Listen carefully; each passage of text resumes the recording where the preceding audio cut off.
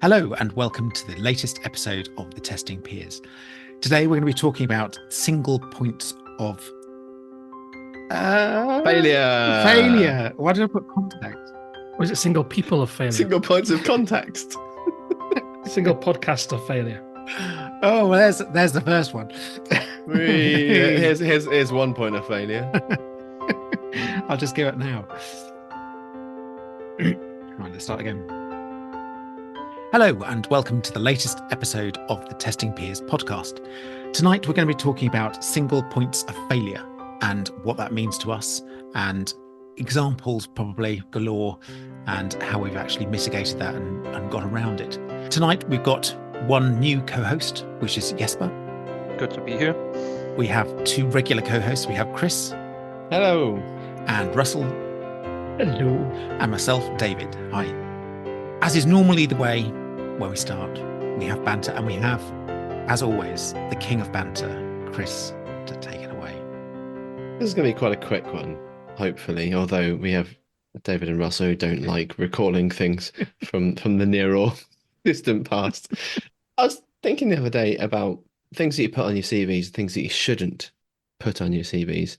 And one of the classic ones is that first email address that you created, probably as a teenager. What was it? You don't have to tell us the full bit, but what was the actual initial handle and why? I can tell you that because I still use it. Not changed mine. Same for me. I was dull though. I just put my name at a domain. So that's as exciting as it was. I wasn't as crazy as you, Chris. And for me, it was created for me when I was teaching. And so mine is my initials and with an underscore, and then the initials of the school that I taught at. And which is very good, actually, because people don't guess it. So therefore, I don't get a lot of spam. Mine was first letter for my first name, and then my last name, which coincidentally was exactly 8 letters, which was kind of the thing that all the cool kids had, like an 8-digit handle. And that was a university address back in the 90s, early 90s. That handle's also carried along. I was never the pot plant. That was one of my favorites. I came by one. Yeah, I'm the pot plant at hotmail.com. So I didn't have one like this. Mine has persisted, by the way, but I don't use it for my professional purposes to one degree, except it's my website and my Twitter handle and other things, because no one else uses it. I got a really common name, so I went for Christovskia, which comes from people, for no apparent reason to me, would call the Chris's in the group Christovsky, and my surname began with an A. My next door neighbours began with a B. It was Christovsky B. How exciting is that? Not at all, but we've broken the ice. So let's move on. Single points of failure. Who's got a interesting way to kick us off? Being a single point of failure, what if you take vacation? What happens to the business? And what if you, well, luckily in Europe, we are very good at taking our vacation and planning it, at least my part, very well in advance. So it's no surprise when it comes around, but still, what happens if you're not around? Do you have the tasks handed diligently over to someone else, or does it take 2-3 working days and then they start calling you? It's a much nicer way of looking at it than the what if someone gets hit by a bus. I always like the nice positive ones, like taking a vacation rather than being hit by a bus. I would say win the lottery. Yeah. I used to say hit by a bus, but yeah, win the lottery now. I think it's always an interesting one about single points of failure and winning the lottery or going on vacation. I think it depends on lots of things. Obviously, if something's planned like a vacation, then you can do a certain amount of planning for it. There may well be an unexpected something that happens, and so therefore there may have to be some panic mode, but you can sort of plan ahead. And sometimes with shortish vacations, then actually we don't often put someone directly in that role. We can support it from lots of other people. I think it always struggles with that immediacy of winning the lottery, or someone just leaving for whatever reason. They might go to a competitor and therefore just be removed. that is a very different scenario because it's almost an unknown, but you can't have someone that is so important to the critical path of your project to be that important, really. You need to plan ahead so that it is a support role to share knowledge, and that comes from the culture of the company to enable them to share the knowledge, because there is some people who do totally silo their knowledge as much as possible to protect themselves from being seen as being obsolete or being replaced. So it comes from company culture. It also comes from planning to enable the workload to be shared. It's interesting because we've gone down the people route. Because when I first thought of this topic, I was thinking system. So all the different ways in which systems can have single points of failure, be it, for example, logging system. If you can't log in, then pretty much nothing's there. Or if something fails halfway through a process, or, I think we can all say nowadays if the internet died, we'd struggle. But, we can get around it a little bit, that the world does exist outside the internet. It is interesting, the human side, because, as you say, we can design around it sometimes, and sometimes we can't. But it's all about, in a sense, trying to build that knowledge sharing, as you say, so that actually we reduce the number of places that can fail individually. But what I've noticed is processes, systems, again, so HR systems, classic example, approving holidays, delegated authority, approving budgets, approving costs. A lot of these systems that are built with an approval process are often built with a conceptual idea of one approver, not multiple. And they're not very good at changing, adapting, having layers of authority and things like that in them.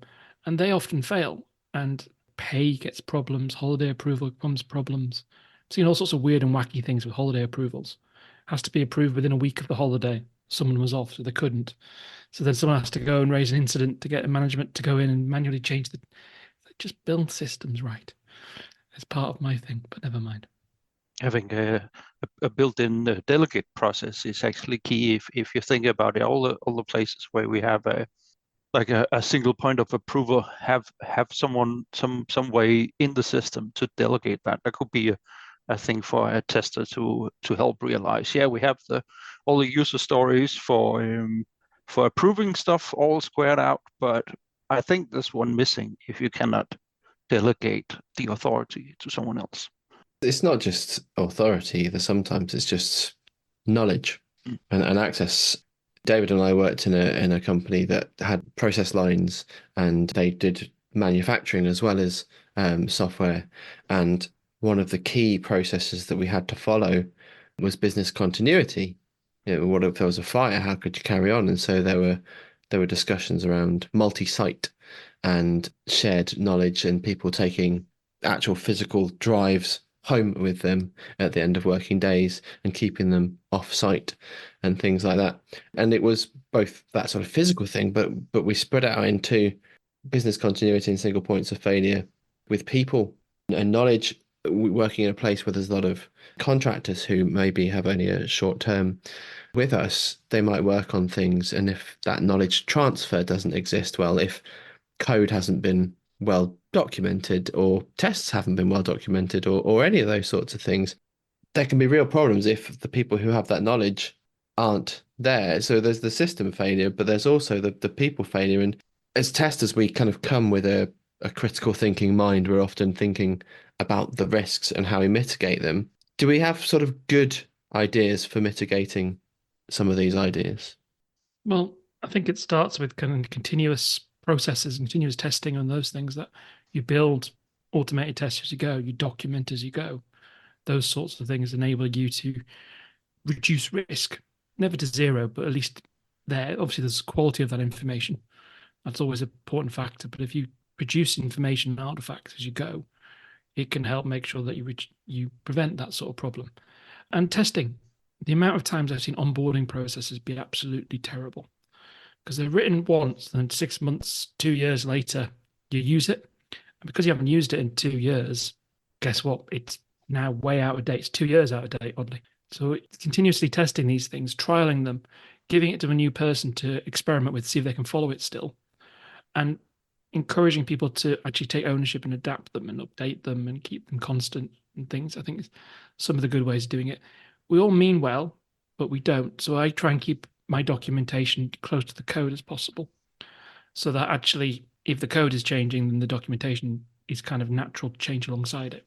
The more I segregate things, the more I find that I wasn't updating it because one person would update this over here, not realize that someone else was over here. So it was easier to put things in kind of a central logical place, like release notes with the code, rather than a separate repository somewhere. Things like that. So just trying things as close as possible, using automation tools to put checklists together, things like that, to make sure you remind people of the have you updated something. Like with everything, people get lazy though. But that's one of the things I would definitely do. We often get lost in the functional or maybe the non-functional, but mentioning, Chris, the business continuity is key. I wish we could be more of an advocate also sort of outside the software space. And the example of the factory, making it very, very tangible that, well, if the factory burns down, then everything in it stops. And where can we ship then? Where can we go to continue the business of building or constructing whatever the factory does? Can we get better at advocating for things like business continuity and disaster recovery? There's unfortunately ample examples for the summer on that. It's interesting because, again, I've worked in several places that have that as a priority. But unless you actually do dry runs and literally test it in real life, because every time we've done that, and sometimes it's annual events and things, we found it was not good enough. So in the space of a year, it's already got out of date. So it's all about trying to get those plans and using them rather than just leaving them as static things. We've got to be active in our use of these things, because even if you do it, it's easy to not use it in anger. Like we run our automated tests a lot of the time, but actually our failover systems or those sorts of things we often don't run as often. Like call centers where it goes from one center to another and things like that. We're quite bad historically, I think I've seen, checking these things. It's interesting, isn't it? Because, we've got sort of in recent history, sort of COVID, the immediate lockdown, and how companies coped with that sort of disaster recovery. I mean, speaking from my experience, our company coped incredibly well. People just seem to pick up their laptops, go to home. We were able to log remotely into our computers, and we were able to, for the vast majority of people working on software specifically, could actually continue. Where we failed is because we had a hardware test department and they weren't able to come to the building. So they were we didn't put them on furlough, but there was a time when they were sitting at home and not actually able to do anything until things reduced a bit and they were able to actually come in. Recent history has actually allowed us to sort of test some of those assumptions of whether we can actually continue as a company. But on the other hand, there are other things, as we said, with knowledge and things like that, and planning ahead for those sort of things, I don't think is always done very well. I think people are very used to just living in the current space, continuing on with what's actually happening. And it's the same old story where that sort of blinkered view of, well, everything's working, would just keep going.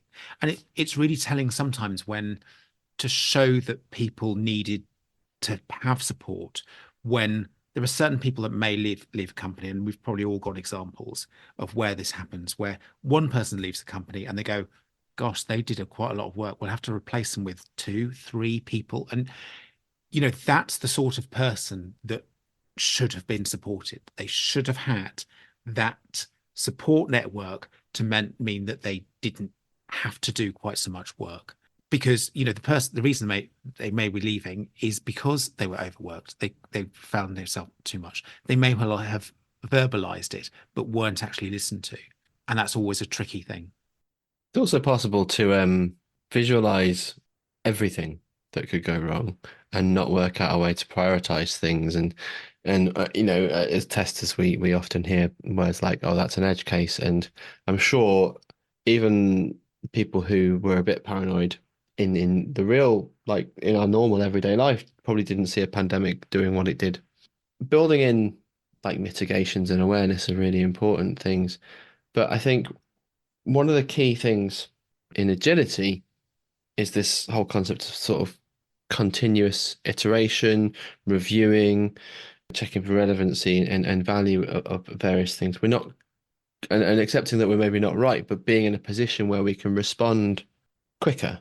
There's that whole reaction versus prevention, like rehabilitation versus prevention kind of thing that happens in sports, right? Where if you can work in your team, if you're a sports physiotherapist, if you work in your team on good sort of practices so that they're in a position where their recovery will be faster because you've built in a lot of prevention rather than just having to retrospectively rehabilitate problems. There is a lot we can learn from that sort of perspective. It's the same as the shift left, get sooner feedback and learn and iterate, and being thinking faster on your feet, moving faster, and being in a position as an organization to be able to shift and move, which is the same sort of thing that we have with single points of failure. If, say, as Russell mentioned, one of those folks was going to leave, well, how prepared are we to be able to extract information? How well, what's the position? What are our practices and processes to date? Are we in a position where we know what we would do if that happened? Are we asking those questions? So what I'm thinking is that we can. So if things get stale just over a year, then perhaps we should do it more often, like we do with code, right? We could check in code and new versions very, very often because we can see the changes that it has. So perhaps we shouldn't be afraid to do actually the things that are hard often, because that will probably tell us either to make them easier or to perhaps even to automate them in some way, shape, or form that realize that we use not specifically the words of CI/CD, but sort of more of the practices of doing short things, smaller things that then work and get integrated or becomes a way of doing things. So one of the ways to do some of this sort of stuff is sort of chaos engineering now. I don't know if many of you've done it. I've got teams that do it using different tools. I think the other ones, was it AWS Fault Injection? I think is the one we use, but Chaos Monkey. There's a couple of others out there. But that's a really good way of experimenting and finding where your systems are fragile, where you might have a single point of failure, where you thought everything was fine. There's other ways of doing it as well. Performance testing. It's great at finding some bottlenecks in systems that can tell you you've got a single point. Actually, this blocks up, everything gets kind of stalled behind it. So there are certain ways that you can put that into continuous testing models, that you can start doing those sorts of things to find sort of points of failure. Not always single points of failure, but they will actually highlight single points of failure as well. If you turn off this service, what happens? Oh, it all goes kaboom. Oh, nothing happens. It's resilient. It just puts a message up saying, I'm sorry, the postcode lookup service is not working.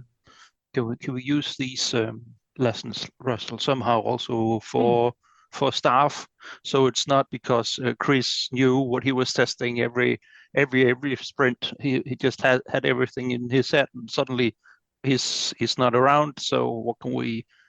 How does that knowledge captured, and how is it tested business continuity wise that we can shift from one physical place to another? We covered that, I think, David's example previously. Have you ever been a single point of failure? Out of curiosity, because I know I have. Yeah, probably. Oh yeah. And the thing is you might get into a position where you get to be the one that knows everything, and to be the bottleneck, to be everything has to go past you before it can make end of sprint or whatever. And it's a dangerous position to be in, because you kind of like all the good things that comes with it, but it's actually a trap. It's a trap. I was a victim of this. I'm going to call it a victim. There's my victim mentality right there. It was my fault. But what had happened was I gave updates regularly in stand-ups, and I passed that information on and said to folks, if you need more information from me, come and talk to me. But no one did. Then I was off. I return, and one of my poor colleagues, for whom there was never an official handover, had picked up some issues that he needed to debug through on the automation framework. And he'd spent 2 to 3 days trying to uncover a problem, something that I fixed within 5 minutes because I said, oh, it's just this problem. Now, there's a failure in that system right there, because there was information that I knew, that I thought and assumed that I had given enough there that if folks needed to be able to do that, they would be able to ask that question. My colleague, who, again, for whom there was no proper handover, assumed they knew what to do and could just deal with it. The retrospective of that situation was we need to spend more time ensuring that those assumptions are addressed, and that if the platform of just a stand-up giving an update, a lot of people in that particular team weren't listening to each other because it was quite an intense place to give updates. We had quite the micromanager in the team who just wanted everyone. So it was a very stressful environment. So people gave their updates and basically just were relieved they no longer had to give their update to get through that sort of stand-up. That's a side note, but what we learned was if we spent a bit more time with each other, we make sure that we pass that stuff on, things are documented better and continuously updated and reviewed, then we had a better process, and therefore just that audible transition of information was not sufficient. So you've just made me think of like some of the techniques I would try and do to solve it. So retrospectives are a fantastic one. Figuring out what went wrong, why it went wrong, learning from it, because no matter what you do, you're going to get them. And that's the point. It's about failing and learning, preventing as many as you can, but accepting perfection's not there. You mentioned sort of teams, and that sort of stand-up made things trigger in my head, which was kind of like, I've seen a lot of teams that individuals doing work that they own and they become the expert. So you've got one who's the expert on the front end or one who's the expert on this little thing. And it reminds me of the reason and value of sort of pairing, of mobbing, of some of those practices in order to actually make sure you share knowledge. That when you're doing something, and it could be as a leader, that you're doing a new form to get a new recruitment in or something, new person in, but you do it always. Actually take the time, show it to somebody else. They probably won't remember it fully, but if there's ever an opportunity to do it, it'll be less scary, more likely they'll get it right, more likely they'll proceed with it, and it won't stop if it's important. If it can wait, because if you're only on holiday for an extra 3 days, it could probably wait, some of these things. But sometimes they can't. So again, if you pair, if you care, if you share, that's a slogan I need to coin, I think, there somewhere. Repair is the other one. Repair, okay, and that as well. Then it gives you an opportunity to kind of build in resilience to your teams. We talked about systems, now obviously teams, but that pairing is something that's seen to slow you down, but actually helps speed you up when you have holidays, you have sickness, you have disasters. Well, it even speeds you up if you want concurrency. You know, if you want two streams of work, then actually two people being able to drive releases then is absolutely really vital. And yeah, sharing of knowledge is so much more powerful. And going back to something that Jesper said, was that with knowledge, sometimes people think they have power, whereas actually they don't have the power, because it's absolutely a false economy by trying to hold on to it and trying to be that, because you will just get people's backs up. If you don't share the knowledge, you will just annoy people and cause bottlenecks and cause anxiety and cause stress, not just to yourself, but to other people. And being able to share is a really powerful thing to do, because it means that actually a lot less of the pressure is on you. And actually, it also holds you in better esteem for the team, because actually you then are seen as the subject matter expert, or the person, the oracle, the person to go to, because you've got that information. The fact that you've shared it means that people recognize that you've got that knowledge. We shouldn't keep hold of knowledge and think that we are powerful for it, because we're a lot weaker. It speaks to a lot of what Callum Akehurst Ryan had said on a previous episode about how we as testers should be striving to be trusted advocates, trusted partners with our teams and our colleagues. And part of that trust is not only your understanding of knowledge, but your ability to communicate and impart that knowledge. And communication is a very strong part of where we're sort of coming from here. And I think I was talking to my boy about Isaac Newton today, because we have those sorts of conversations sometimes. I remembered that standing on the shoulder of giants quote that he has attributed to him, which coming along the lines that I very simply to him, I said, the reason why we're able to pick that fruit is because I can pick you up and you can reach it. There's no point in me telling you, oh, when I was a kid, I had to go off and like make some sort of dangerous platform for myself to climb up on those things, I can elevate you faster, and then you can go on and do those things. I've shared my experiences. I know these problems, and now you can go on and reach those things further. And I think there's a bit of an analogy with this as well. We learn together, but sharing that knowledge enables us to build stronger platforms of trust and knowledge together as we go forwards. I did take a look, by the way, at a Dan Ashby model. Haven't talked about them for a while. He did the new model for test strategies based on the heuristic testing strategy model. And in that, he does talk about the continuous testing piece, which is talking about testing ideas, artifacts, designs, code, software, and processes, and all those sorts of end-to-end pieces, which I think does fit a lot into these single points of failures. We can look at those bits and we can add weight to them based on risk, maybe using risk storming, maybe using other sorts of tools and things, because testing isn't just the product, is it? It's kind of our whole end-to-end cycles, and seeking ways to continuously improve our processes is a really important aspect to do. And I think things that I've learned and would be looking to do better is finding the best way that the information that I need to project is received and consumed by people, because that assumptions piece that I spoke about in my story before was because I'm better normally when people tell me or show me things. That's how I would consume that information. But for other people, it would be very much down either something that's well commented, well documented in a document here, there, everywhere, and you can't do all of the things, but it's about striking the right balance for your audience for that continuity. The best examples is actually to if you can plan it, is to step aside. What I've experienced is to step aside early. So if you know you're going on vacation on next Friday, step out of your role a couple of days early and say, you know what, you're it now, dear temp tester. I'll be around, but you're the point on this one. Actually, that's a very good point. Yeah, we do that sometimes. If there's a release and we know someone's going to be off, someone else works through the release. Then they've got the safety net of the person that usually does it there that can help if there are problems. The chances are that it will go through. Sometimes things do go wrong and there are then panic stations, but at least it's the same with anything. At least we've gone a certain number of steps rather than just getting on the first day and getting a document and going, well, what do I do now? At least we know we've got most things in place, and then we just need to sort out the problems, which we naturally will have because it's normal life. There's another piece, isn't there? When we've talked before about like understanding, planning, and estimating our workload, and when maybe somebody comes in and says this needs doing now, we have enough information that says, well, you can have that, but you're going to lose this as a result of that.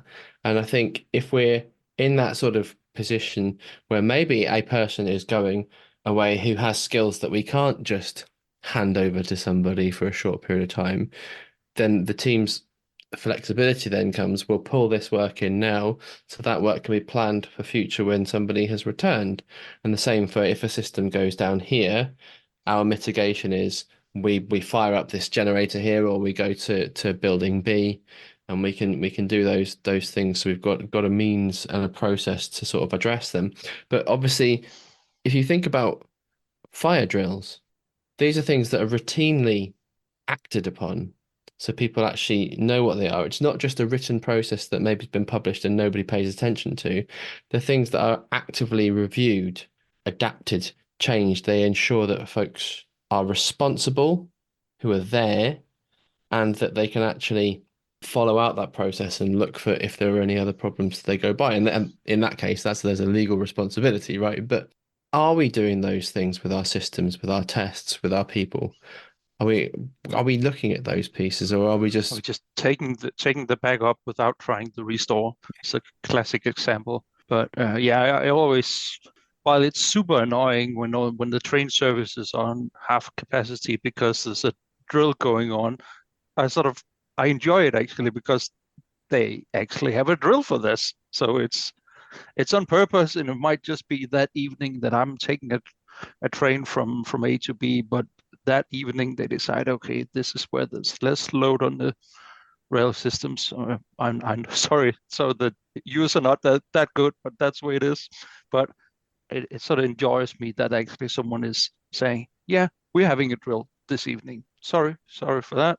We'll be back on our usual scheduling tomorrow. A couple of things from me is that you've highlighted something, Chris, that sometimes the mitigation is not to do anything. If someone's off for 2 weeks, you plan work around so that it's too much effort to train someone else up. It's too much effort to, for that short space of time, we can actually work around it and do other things. Another thing to think about is that when planning projects, plan for people to take holiday. So during the summer months, during August, expect your workload to drop for everyone by 2 weeks, because the chances are they will. It's a bonus if they don't, but actually, if you have an expectation that your work will drop, then actually you can then plan again around it to ensure that some work gets done, or the client or the project knows that the workload will be less, but it's an expectation. One final thing, because I was just thinking, because one of the things I've seen recently is someone taking some of your advice there and obviously extending periods because there was going to be absence and other things like that. And obviously it drags things out, and obviously you want to do iterative and fast. And it's about balance, because I've seen it when they were doing discovery work, when they're doing research, and because they knew that more people were going to be off, they extended the period of time. There's two ways of doing that. One is you can extend the time, but two is you can accept the fact that as any research, it's never going to be perfect anyway, and that you may miss a person to speak to. But if you're doing it over a 6-week period, unless you've got term time working arrangements, you're going to hit most of the people, but not necessarily all. You can't get all the people all the time, is kind of my point. So sometimes you have to accept the fact that if you're doing research, you can't speak to everyone you want to. So that's less on even the project work. But if you're doing sort of data analysis, data work where you're trying to find information, sometimes you have to accept the fact that it's limited. And that's okay, because limited gives you something to then make a decision on that you can iterate on. And when those people come back, you can get their feedback and you can do round two. It doesn't have to be perfect first time. I guess that's the thing I want to get to. But on that note, probably is a fantastic time to wrap this story up. So thank you for joining us. Thank you for talking about single points of failure. Hopefully there are multiple podcast vendors you can get this from, so that hopefully that won't catch us out. If you do want to give us feedback, we do only have one email address there, contactus@testingpeers.com. But if you want to find out more about the Testing Peers conference, there's 2 ways to get to that. So there is testingpeerscon.com and there is peerscon.com. So either of those two will get you to the right place. So thank you for joining us. Thank you to our special guests. Adios. For now, it's goodbye from the Testing Peers. Goodbye.